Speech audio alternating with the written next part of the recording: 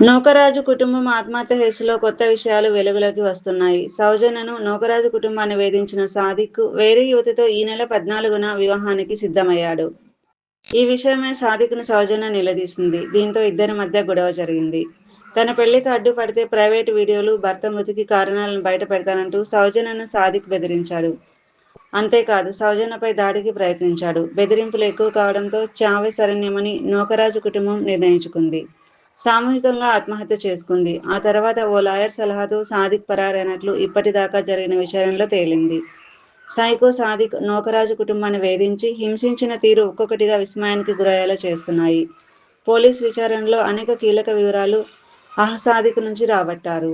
అయితే ఇప్పటి వరకు చూస్తే ప్రధానంగా సూసైడ్‌కి సంబంధించి ఏదైతే నోట్లో రాసిన ప్రతి అంశానికి సంబంధించి పోలీసులు క్షుణ్ణంగా వివరాలు సాదిక్ నుంచి రాబట్టనున్నారు.